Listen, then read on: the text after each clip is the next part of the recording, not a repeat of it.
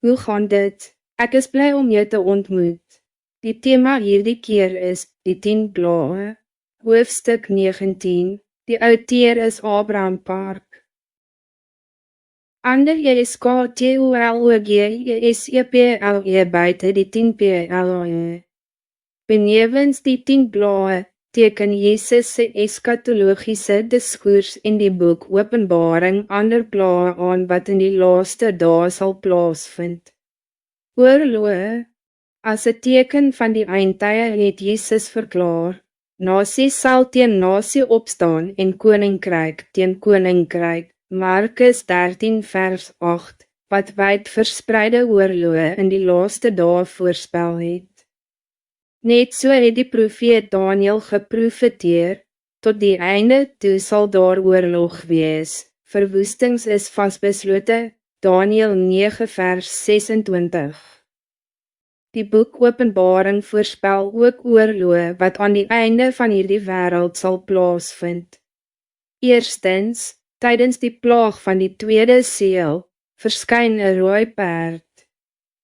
En sy ruiter neem vrede van die aarde af, zodat mense mekaar sal doodmaak. Openbaring 6 vers 3. Hy word ook 'n groot swaard gegee, wat meer doonlose slagting deur oorlog aandui. Tweedens, tydens die plaag van die 6de basijn, breek oorlog uit by die Eufraat, wat leidt tot die dood van 1/3 van die mensdom. Openbaring 9 vers 13. Een groot leer van 200 miljoen word vir hierdie gebeurtenis gemobiliseer. Derdens, tydens die plaag van die 6de bak, kom 3 onrein geeste soos paddas uit die monde van die draak. Die dier en die valse profeet tevoorskyn. Hierdie demoniese geeste mislei die konings van die hele wêreld en versamel hulle vir die grootslag van Armageddon. Openbaring 16 vers 12. Vierdens, nadat 1000 jaar voltooi is, word Satan uit sy gevangenis vrygelaat en mislei hy die nasies aan die 4 hoeke van die aarde, Gog en Magog. En spoor hulle aan om oorlog te voer teen Godse volk, Openbaring 20 vers 7. Deuteronomium 28 getuig levendig van die gruwels van oorlog en die verwoestende gevolge daarvan. Die lot van diegene wat in die geveg nederlaag lei, is ondenkbaar tragies. Hul karkasse sal prooi word vir die voëls van die hemel en die diere van die aarde, sonder dat iemand hulle kan wegdryf. Verder, diegene wat in die geveg val of gevangen geneem word, sal sien hoe al hul zwaar verdiende besittings deur ander geconfiskeer word. Jy sal met 'n vrou verloof raak, maar 'n ander man sal haar onteer. Jy sal 'n huis bou, maar jy sal daarin nie woon nie. Jy sal 'n wingerd plant, maar jy sal die vrugte daarvan nie gebruik nie. Jou os sal voor jou oë geslag word, maar jy sal daarvan nie eet nie. Jou donkie sal van jou af weggeruk word en nie aan jou teruggegee word nie. Jou skape sal aan jou vyande gegee word, en jy sal niemand hê om jou te red nie. Jou seuns en jou dogters sal aan 'n ander volk gegee word, terwyl jou oë dit sien en hulle gedierig deur begeer, maar daar sal niks wees wat jy kan doen nie.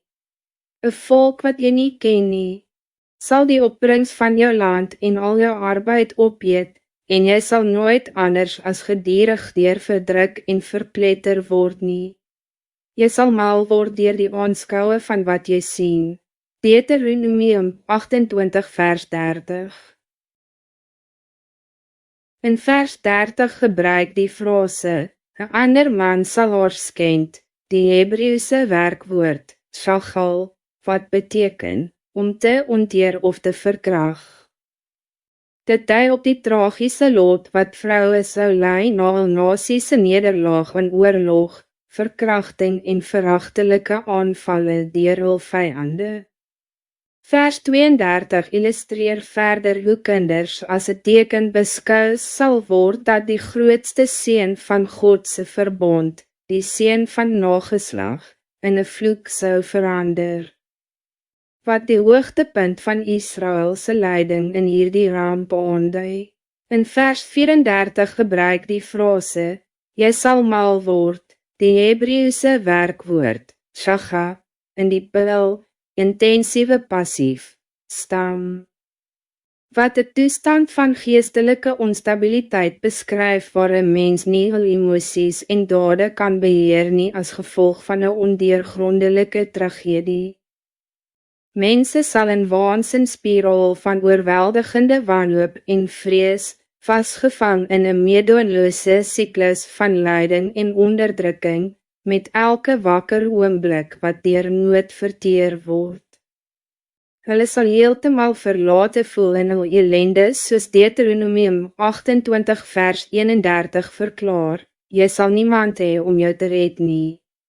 Onmenslike gruweldade vind plaas tydens die chaos van oorlog.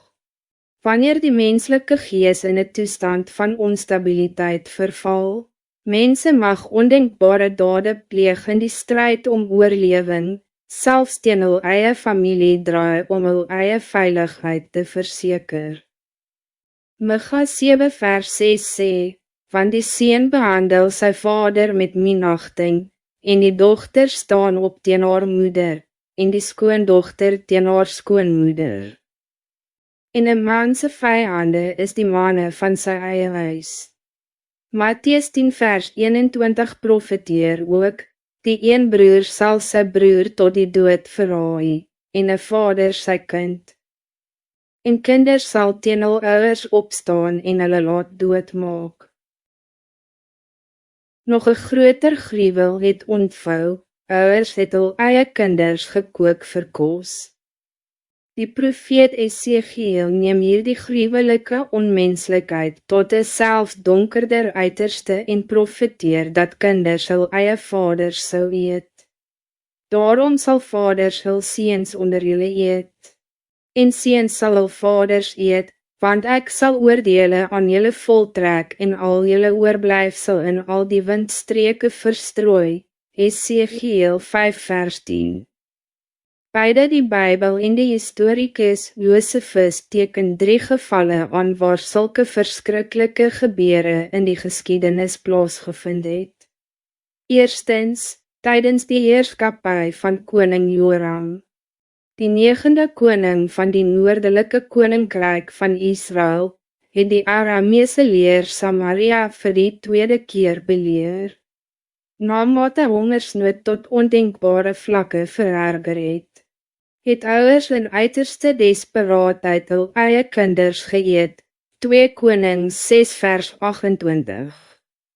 Tweedens, tydens die Babyloniese inval is die stad Jerusalem van die suidelike koninkryk van Juda vir 30 maande beleer, van die 10de dag van die 10de maand in 588 voor Christus, tot die 9de dag van die 4de maand in 586 voor Christus.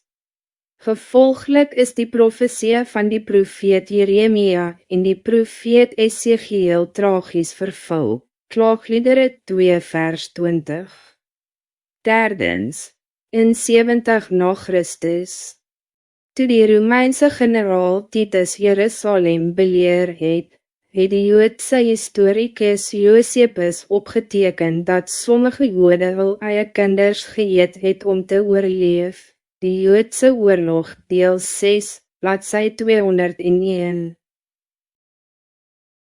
Ongeag hoe vreesaanjaend die oorlog van die eindtye mag wees, diegene wat saam met Jezus, die Here van die Here en die Koning van die Konings, staan, sal ongetwijfeld triomfeer. Openbaring 17 vers 14 verklaar, hulle sal teen die lam optree, en die lam sal hulle oorwin, want hy is die Here van die Here en die Koning van die Konings, en die wat saam met hom is die geroepenis en uitverkorenis en getroues. Verder zal die Heiliges wat in die hemel woon, zekerlijk zelfs te midden van die oorloë van die eindtye seevier. Dit is omdat die wee in die boek Openbaring slechts uitgestort wordt oor diegene wat op die aarde woon. Openbaring 8 vers 13 sê, toe het ek 'n arend in die middel van die hemel hoor vlieg en met 'n groot stem sê, wee die bewoners van die aarde. Net so verklaar Openbaring 12 vers 12, daarom moet julle bly wees. O hemele en julle wat daarin woon, wee die aarde en die sedert, want die duivel het na julle neergedaal met groot toorn, omdat hij weet dat hij min tyd het. Gelowiges wat burgerskap in die hemel het, is diegene wat daarbo woon, nie op die aarde nie. Filippense 3 vers 20. Aardbewings. Jezus het van aardbewings gepraat als een van die tekens van die eindtye. Mattheus 24 vers 7 sê, op verskillende plekke sal daar hongersnode en aardbewings wees. In die Ou Testament is daar verskeie verslae van aardbewings wat as Godse instrument vir oordeel gebruik word. Joël 2 vers 10. Die boek Openbaring profeteer ook oor die groot aardbewings wat in die eindtye sal plaasvind. Die Bybel in die boek Openbaring, hoofstuk 6, 8, 11, sê die volgende. Eerstens, tydens die plaag van die 6de seël, was daar 'n groot aardbewing, en die son het swart geword soos 'n harige sak, en die hele maan het geword soos bloed. Tweedens, toe die gebede van die heiliges voor God opgevaar het die engel die wierookvat geneem, dit met vuur van die altaar gevul en dit op die aarde gegooi, wat donderweer, geluide, weerlig en aardbewing veroorsaak het. Derdens, nadat die 2 getuies doodgemaak is en 3,5 dae lang doodgelee het 'n groot aardbewing plaasgevind wat 1/10 van die stad vernietig het en 7000 mense gedood het. Vierdens, tydens die laaste plaag van die 7de bak, verklaar Openbaring 16 vers 18. Daar was 'n groot aardbewing, soos daar nog nie was vandat die mens op die aarde gekom het nie. Soos konflikte en opstande alledaags word en vrede en orde verpletter word, sal die wêreld in wetteloosheid verval en toenemend onbewoonbaar word. Gedurende hierdie gevaarlike tye moet gelowiges vasstaan in geloof, wetende dat God eendag oordeel oor hierdie wêreld sal bring deur 'n groot aardbewing. Daarom moet ons skuilings soek in die woord van God, ons enigste ware heiligdom. Hongersnood. Jezus het hongersnoode voorspel as een van die tekens van die eindtyd en in Mattheus 24 verklaar. Op verskeie plekke sal daar hongersnoode en aardbewings wees. Die Bybel in die boek Exodus, hoofstuk 7, 9, 10, sê die volgende. Die 10 plaae wat Egypte getref het ook elemente van hongersnood ingesluit. Tydens die bloedplaag het al die riviere en strome in Egypte vir 1 week in bloed verander, wat die visse doodgemaak en oneetbaar gemaak het. Die haalplaag het alles getref wat in die veld was, zodat die Egyptenare geen groente kon eet nie. Die springkaneplaag het toe al die plante en vrugte verteer wat na die haalplaag oorgeblij het, niks groens het oorgeblij nie. Omdat hierdie plaae visse, gewasse en vrugtebome getref het Egypte waarskynlik 'n ernstige hongersnood gelei na die verwoesting van die springkane. Die boek Openbaring profeteer ook dat daar hongersnode sal wees. Tydens die plaag van die 3de seël verskyn 'n swart perd, en 'n stem uit die 4 lewende wesens verklaar, 1 liter koring vir 1 denarius, en 3 liter gars vir 1 denarius, Openbaring 6 vers 5. 1 denarius was die Romeinse geldeenheid wat de arbeider se daaglikse loon werd was. In gewone omstandighede zou een dagse verdienste voldoende wees om vir 'n hele huishouding te sorg. Hierdie gedeelte beskryf echter 'n tyd wanneer 'n volle dagse loon skaars 'n enkele persoon se daaglikse porsie koring of 'n skrale voorraad gars kan bekostig. Wat de uiterste toestand van hongersnood aandui. In die laaste dae sal daar nie net 'n hongersnood na voedsel wees nie, maar ook 'n geestelike hongersnood, 'n hongersnood na die woord van God. Amos 8:11 waarsku, kyk, daar kom dae, spreek die Here, dat ek 'n hongersnood oor die land sal stuur, nie 'n honger na brood of 'n dors na water nie, maar om die woorde van die Here te hoor. Terwijl ons die komende plaae van hongersnood verwag, moet ons met groot geloof voorberei, God vrees en sy woord bere. Psalm 33:18 verklaar, kyk, die oog van die Here is op die wat hom vrees. Op die wat op sy goedertierenheid hoop, om hulle siel van die dood te red en hulle in die lewe te hou in hongersnood. Josef het wijselijk voorberei vir die 7 jaar van hongersnood deur graan op te gaar gedurende die 7 jaar van oorvloed. Genesis 41 vers 53. Net soos ons die hongersnood van die laaste dae nader, moet ons God se woord ywerig bere in die skatkamer van ons harte. Moeilike tye, geestelike plaae. Ernstiger as die sigbare natuurlike plaae is die geestelike plaae wat die mensdom verderf. 2 Timoteus 3 vers 1 waarsku, weet dit, dat daar in die laaste dae swaar tye sal kom. Hierdie gedeelte gaan voort in verse 2 en beskryf die morele en geestelike agteruitgang van die laaste dae.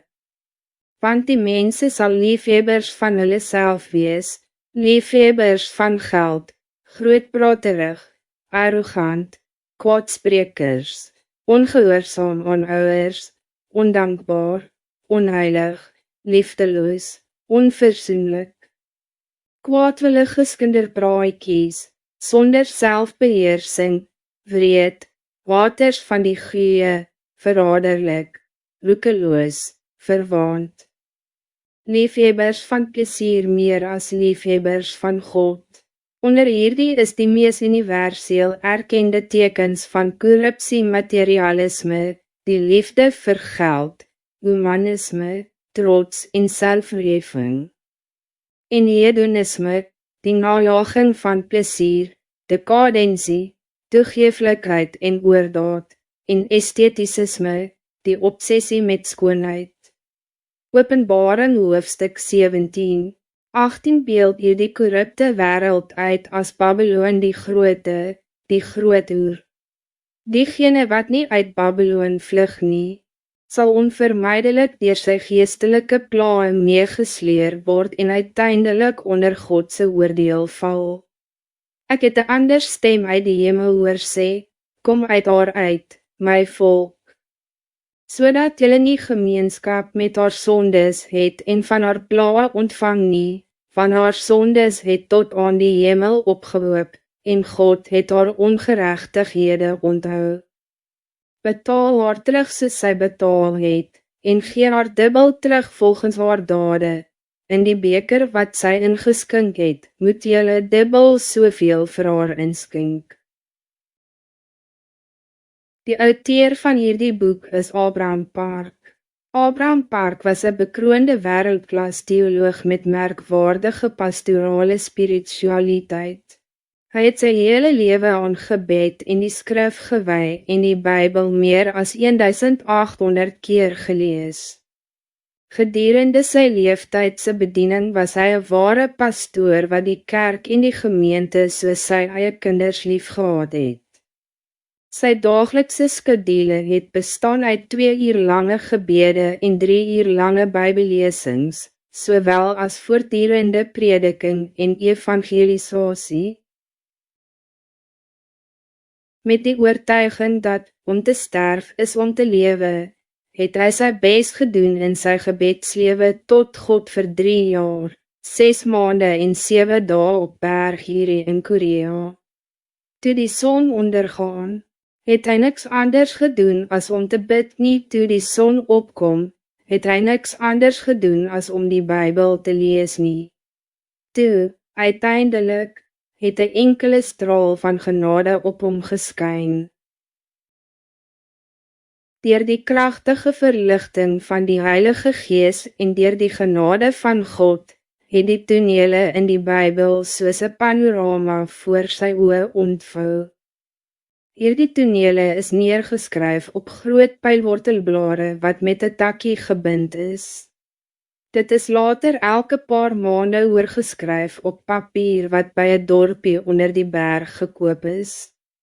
So het Abraham Park se preke begin. Baie mense is soos volg beïndruk deur die Abraham Park. Hoe kan 'n persoon soveel mense lief hê? Hoe kan 'n persoon so 'n groot impak op soveel mense maak? Hy is so hardwerkend, rus nooit. Hy het nooit opgehou bid nie. Hy verdien dit om werkelijk vereer te word vir sy toewyding aan die kerk en die gemeentes. 'n ware en getrouwe werker van God.